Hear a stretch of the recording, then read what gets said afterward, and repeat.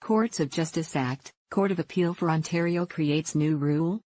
As a licensed insolvency trustee, formerly called a bankruptcy trustee, LIT, what really caught my eye in the Court of Appeal's decision was something that I doubt any lawyer is going to write about when analyzing this case. What I am talking about is two sentences near the end of the decision under the heading "The Receiver's Conduct." I feel these two sentences are so important that in certain cases, it will create a new rule for receivers. By extension, it will also affect all stakeholders in the receivership and give all legal counsel something serious to think about. The two sentences are so important, I will show them to you here. 2. The receiver's conduct.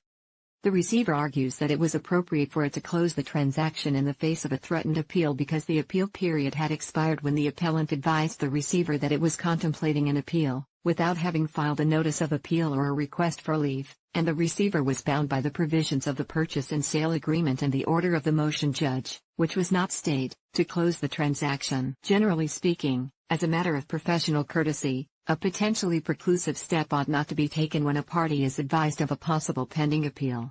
However, here the receiver's conduct in closing the transaction must be placed in context.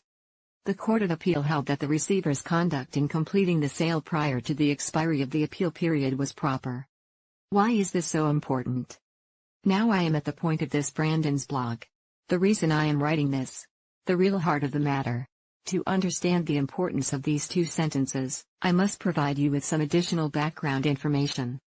In June 2004, the Ontario Court of Appeal released its decision in Regal Constellation Hotel Limited, Re. 2004 Conley 206, on CA, the Regal Constellation case. The main points decided in that case were: there is no automatic stay of a vesting order under appeal. There must be an application to stay it while the appeal is outstanding. Once a vesting order is registered on title under the Land Titles Act, its features as a conveyance prevail and its features are spent. A registered vesting order cannot be attacked except by ways that apply to any type of order transferring outright title and registered under the land titles system.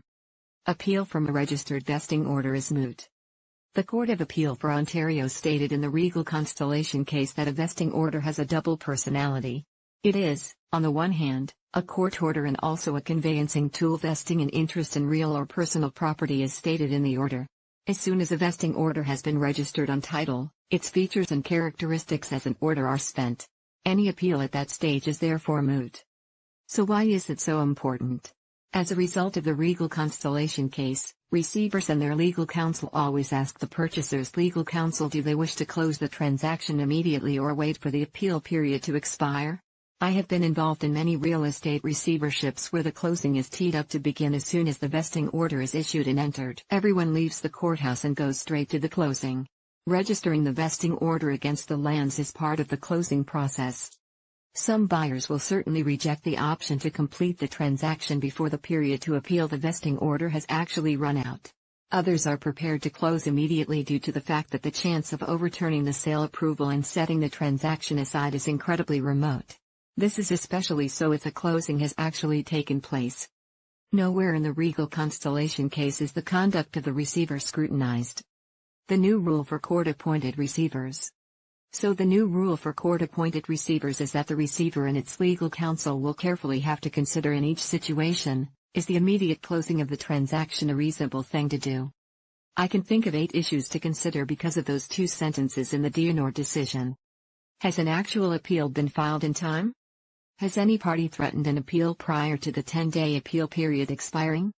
Say the situation is that the vendor receiver and the purchaser has the option of completing the transaction prior to the 10-day appeal period expiring and there is no threatened appeal. Does the receiver now have a duty, or at least cover off the point, to put all stakeholders on notice that the closing, including the registration of the vesting order, will take place prior to the expiry of the appeal period? Should a discussion be held with a potential purchaser who has submitted an agreement of purchase and sale that the receiver believes it can work with regarding whether the agreement should stipulate whether or not the closing must take place prior to the expiry of the appeal period? Should the court-appointed receiver's terms and conditions of sale to be approved by the court now state that any bidder must stipulate that the bidder must stipulate whether or not it wishes to have the option to complete a court-approved transaction prior to the expiry of the appeal period? Similarly, Must the court-appointed receiver's standard agreement of purchase and sale to be approved by the court contain a right for the bidder to be able to elect in writing whether it wishes to complete the transaction prior to the expiry of the appeal period, if its bid is recommended by the receiver and approved by the court? Must such an election be made prior to the court approving the proposed transaction, so that all stakeholders are aware at the time court approval is sought that such a possibility may exist? Is the bidder having such an option to elect prior to obtaining court approval sufficient, or to better protect the vendor receiver and the purchaser, must the election be made so that such election can also be approved by the court? As I said before, this is not the focus of the DNOR decision.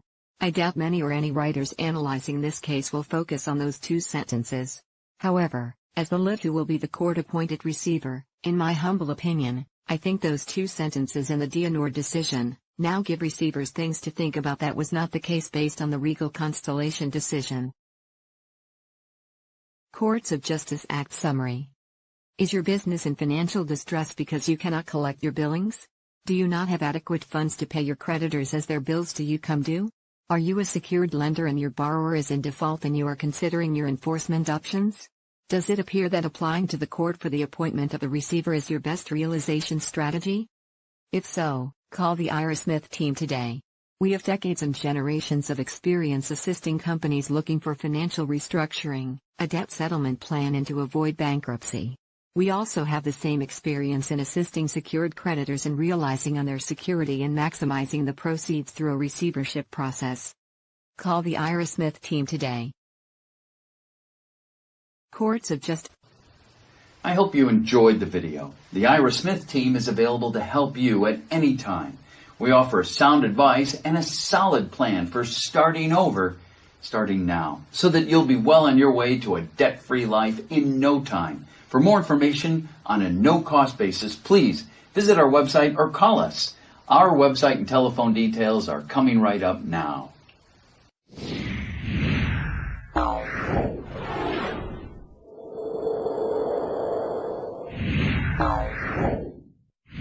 Ow.